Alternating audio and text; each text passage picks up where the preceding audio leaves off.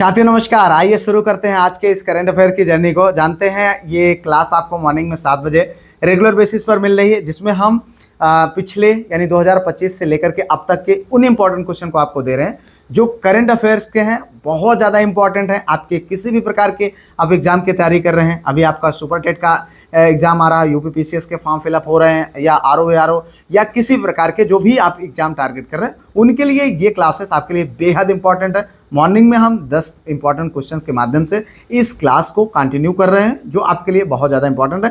भैया आइए शुरू करते हैं। उससे पहले आपको बता दें कि अपना एप्लीकेशन है, लिंक डिस्क्रिप्शन में है, ठीक है, या नंबर है ये, इस पर आप कांटेक्ट करके व्हाट्सएप के माध्यम से ज्वाइन कर सकते हैं। ये सारे एग्जाम्स जो आपके लिए अभी जो है आने वाले हैं या विज्ञापन आ चुके हैं, उनको हम टारगेट कर रहे हैं। आपके लिए सारी चीज़ों को बहुत सहज करने का प्रयास कर रहे हैं। शाम के 7 बजे आपको जीएस की क्लास, मॉर्निंग में करंट अफेयर मिल रही है। तो आइए भैया शुरू करते हैं आज के इस पहले क्लास जो है पहले क्वेश्चन से। प्रधानमंत्री अनुसंधान जो है अध्यक्ष योजना 2026 किस मंत्रालय द्वारा शुरू की गई है?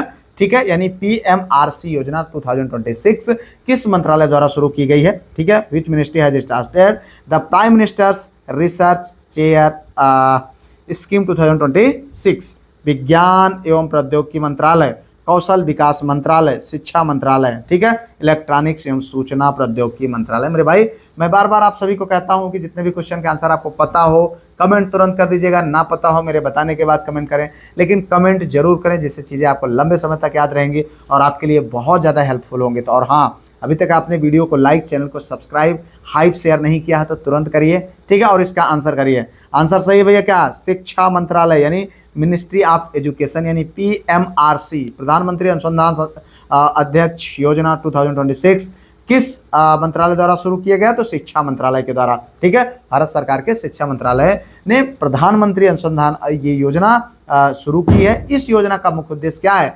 जो है ब्रेन ड्रेन, ठीक है, प्रतिभा पलायन यानी ब्रेन ड्रेन को रोकना और विदेशों में कार्यरत भारतीय मूल के मेधावी वैज्ञानिकों को वापस लाना, ठीक है, उनको वापस लाने के लिए मोटिवेट करना, आकर्षित करना। इस पहल के तहत लगभग 120 कितने 120, जी हाँ 120 प्रतिष्ठित वैज्ञानिकों को भारत के शीर्ष संस्थाओं में उच्च स्तरीय शोध और नवाचार का नेतृत्व करने का अवसर मिलेगा, ठीक है। अगर हम बात करें पीएमआरसी का पूर्ण रूप तो प्राइम मिनिस्टर रिसर्च चेयर होता है, ठीक है, प्राइम मिनिस्टर रिसर्च चेयर, ठीक है, ये इसका फुल फॉर्म होता है, और जिसे देश के अनुसंधान तंत्र को सुदृढ़ करने हेतु डिजाइन किया गया है यानी बनाया गया है। तो इतना आप ध्यान रखिए भैया। चलो आगे देखते हैं।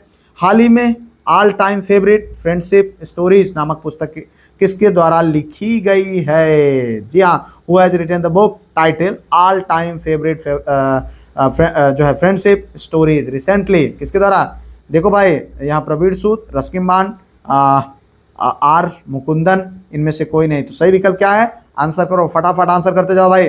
रस्किन बॉन्ड, सही विकल्प क्या है? Ruskin bond. All time favourite friendship stories नामक जो पुस्तक है उसको लिखा है रस्किन बॉन्ड साहब, जो अंग्रेजी के लेखक है, ठीक है, लेकिन भारतीय मूल है। यह पुस्तक विशेष रूप से बच्चों के लिए लिखी गई है ताकि कहानियों के माध्यम से उनमें जो है दोस्ती के विभिन्न सुंदर, भावनात्मक और आश्चर्यजनक रूपों में से परिचित कराया जा सके, ठीक है। यह एक सचित्र कथा संग्रह है जिसे प्लेइंग 11, फील्ड ऑफ शिमला और स्टडी एंड सोमी जैसे 25 से अधिक जो है कालजयी कहानियां इसमें शामिल है। भैया ध्यान रखना। आगे बढ़ते हैं। संयुक्त राष्ट्र महासभा यानी यूएनजीए, जी हाँ, क्या बात कर रहे हैं? यूएनजीए के 81वें सत्र के अध्यक्ष कौन निर्वाचित हुआ?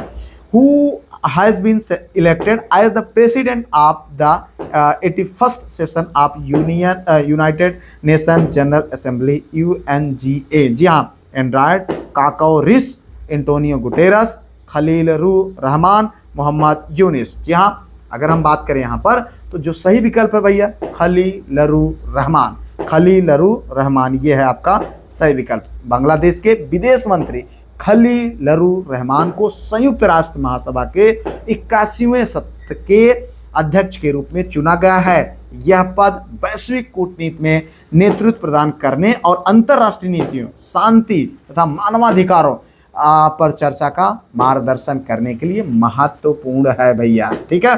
उन्होंने एक गुप्त मतदान में साइप्रस के उम्मीदवार एंड्रियास काकाउरिस को हराकर, किसको? एंड्रियास काकाउरिस को हराकर यह जीत हासिल की है। और उनका कार्यकाल सितंबर, ठीक है, 2026 तक जो है क्या रहेगा? से प्रभावी होगा। से प्रभावी मतलब इनसे शुरू होगा। चलो भाई, बहुत इंपॉर्टेंट है, ध्यान रखना, पड़ोसी देश है। हाल ही में खाद्य एवं कृषि संगठन यानी FAO के सर्वोच्च सम्मान यानी एग्रीकोला मेडल से वर्ष 2026 में किस भारतीय को सम्मानित किया गया? अमित शाह, नरेंद्र मोदी, शिवराज सिंह चौहान, इनमें से कोई नहीं। तो सही विकल्प क्या है भाई? पता हो आंसर तुरंत करते जाइए फटाफट, ठीक है। तो सही विकल्प भैया है हमारे प्रधानमंत्री आदरणीय नरेंद्र मोदी साहब को। भारत के प्रधानमंत्री मोदी साहब को खाद्य एवं कृषि संगठन द्वारा प्रतिष्ठित एग्रीकोला मेडल 2026 से सम्मानित किया गया है, ठीक है। उन्हें यह सम्मान वैश्विक और राष्ट्रीय स्तर पर खाद्य सुरक्षा, टिकाऊ कृषि और ग्रामीण विकास में उनके असाधारण नेतृत्व के लिए दिया जा रहा है, ठीक है। प्रधानमंत्री ने यह सम्मान भारत के अन्नदाताओं यानी किसानों, पशुपालकों और कृषि वैज्ञानिकों को समर्पित कर दिया भैया, ठीक है। अगर हम बात करें FAO की, जी हाँ, हाल ही में ये कौन? खाद्य एवं कृषि संगठन FAO यानी फूड एंड एग्रीकल्चर ऑर्गेनाइजेशन, जो क्या है? जो संयुक्त राष्ट्र की एक विशेष एजेंसी है। चलो भाई आगे देखो, यहाँ पर अगला क्वेश्चन, जून 2026 में कर्नाटक के 24वें मुख्यमंत्री के रूप में किसने शपथ लिया है? अब भैया देखो, सिद्धरमैया, DK शिव कुमार, बसवराज बोमपाई, मल्लिकार्जुन खड़गे। तो सही विकल्प क्या है भाई? तो यहाँ पर है DK शिव कुमार। जी हाँ, इससे पहले मुख्यमंत्री थे सिद्धरमैया साहब। उन्होंने अपना त्यागपत्र दिया। वरिष्ठ कांग्रेस के नेता है ये जो है DK शिव कुमार। 24वें मुख्यमंत्री के रूप में उन्होंने शपथ लिया। यह सत्ता हस्तांतरण कांग्रेस पार्टी के आंतरिक शक्ति साझाकरण समझौते का परिणाम है, जिसके तहत पूर्व मुख्यमंत्री सिद्धरमैया साहब ने इस्तीफा दिया और कर्नाटक के राज्यपाल जो है थावर चंद गहलोत ने राजभवन में आयोजित समारोह में उन्हें पद और गोपनीयता की शपथ दिलाई। अगर हम बात करें DK शिव कुमार जी का, तो पहले कर्नाटक के उप मुख्यमंत्री थे और प्रदेश कांग्रेस कमेटी के अध्यक्ष के रूप में कार्य कर रहे थे। अब वो मुख्यमंत्री हो चुके हैं। हाल ही में किस राज्य सरकार ने श्रम मित्र ऐप लॉन्च किया है? ठीक है, recently which state government has launch the श्रम मित्र ऐप? हरियाणा, बिहार, राजस्थान, इनमें से कोई नहीं। तो आंसर करना भैया, देखो यहाँ पर जो सही विकल्प है वो है भैया श्रम मित्र। कौन कर रहा है? हरियाणा। जी हाँ, हरियाणा सरकार ने राज्य भर के कुशल और अकुशल निर्माण श्रमिकों के लिए श्रम मित्र नामक मोबाइल ऐप लॉन्च किया है, ठीक है। इसका उद्देश्य पारंपरिक लेबर चौक प्रणाली को समाप्त करना है, ताकि श्रमिकों को रोजगार के लिए घंटों इंतजार ना करना पड़े, ठीक है। यह ऐप एक इलेक्ट्रॉनिक रोजगार विनिमय के रूप में कार्य करता है, जिससे श्रमिकों और नियोक्ताओं में सीधा संपर्क होता है, ठीक है। इसे हरियाणा भवन एवं अन्य सन्निर्माण कर्मकार कल्याण बोर्ड द्वारा विकसित किया गया और 75,000 से अधिक श्रमिकों का डेटा इसमें अपलोड है भैया, ठीक है। चलो, जो कि बहुत बड़ी पहल है, बहुत इंपॉर्टेंट है। जून 2026 में सर्वोच्च न्यायालय की 12वीं महिला न्यायाधीश के रूप में किसने शपथ ली? 12वीं महिला न्यायाधीश के रूप में, ठीक है। तो who took oath as the 12th female जज of Supreme Court in June 2026? तो भैया बताओ, न्यायमूर्ति BB नगर रत्ना, न्यायमूर्ति इंदु मल्होत्रा, न्यायमूर्ति B मोहना, न्यायमूर्ति हिमा कोहली। आंसर करना है भाई, करते रहना, ठीक है। मोहना सही विकल्प क्या होगा? Mohana, justice V Mohana. जी हाँ, वरिष्ठ अधिवक्ता न्यायमूर्ति V मोहना ने जून 2026 कब? अभी रिसेंट में, ठीक है, पिछले महीने भारत के सर्वोच्च न्यायालय के न्यायाधीश के रूप में इन्होंने जो है शपथ ली है। और नियुक्ति जो है न्यायपालिका में महिलाओं के प्रतिनिधित्व को बढ़ाने और न्यायालय में रिक्त पदों को भरने के लिए किया गया। इस नियुक्ति के साथ वह आधिकारिक तौर पर भारत के सर्वोच्च न्यायालय के इतिहास में 12वीं, ठीक है, महिला न्यायाधीश बनी है। अगर हम बात करें न्यायाधीश इंदु मल्होत्रा के बाद, ये क्या है? इंदु मल्होत्रा के बाद मोहना जो है, ये न्यायमूर्ति B मोहना जी दूसरी महिला है जिसे सीधे वकालत से सर्वोच्च न्यायालय की पीठ में शामिल किया गया है। चलो भाई आगे देखते हैं। यहाँ पर हाल ही में कौन सा देश बांग्लादेश का दूसरा सबसे बड़ा व्यापारिक भागीदार बना?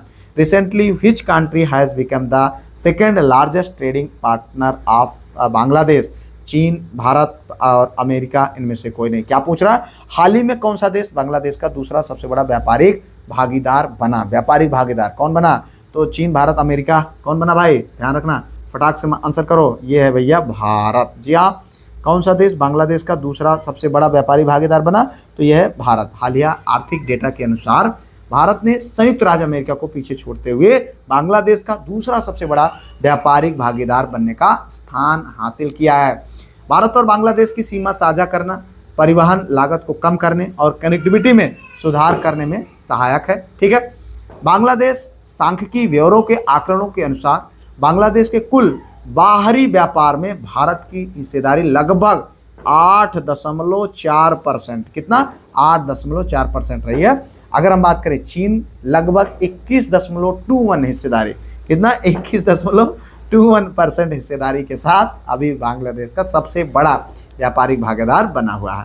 चलो भाई आगे बढ़ते हैं। जून 2026 में जो है FIDE की शीर्ष 10th रैंकिंग में शामिल होने वाले एकमात्र भारतीय खिलाड़ी कौन है? डी गुकेश, विश्वनाथन आनंद, अर्जुन एरिगैसी और प्रज्ञानंद।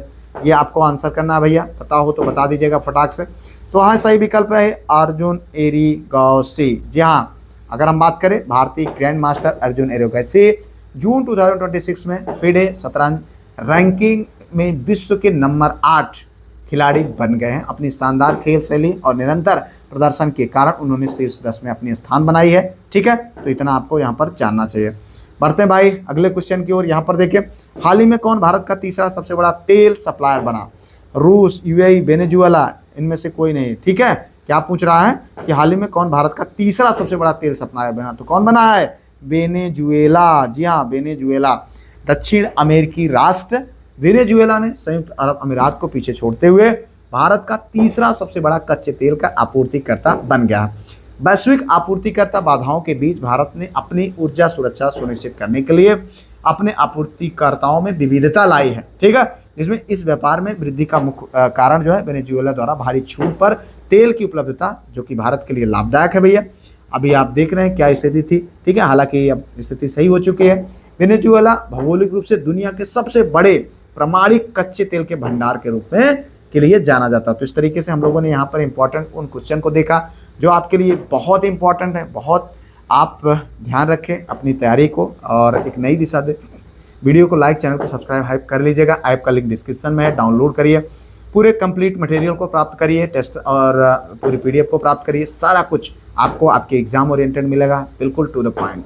मिलते हैं किसी और वीडियो में किसी और टॉपिक पर। तब तक के लिए जय Hind, Vande Mataram, best of luck.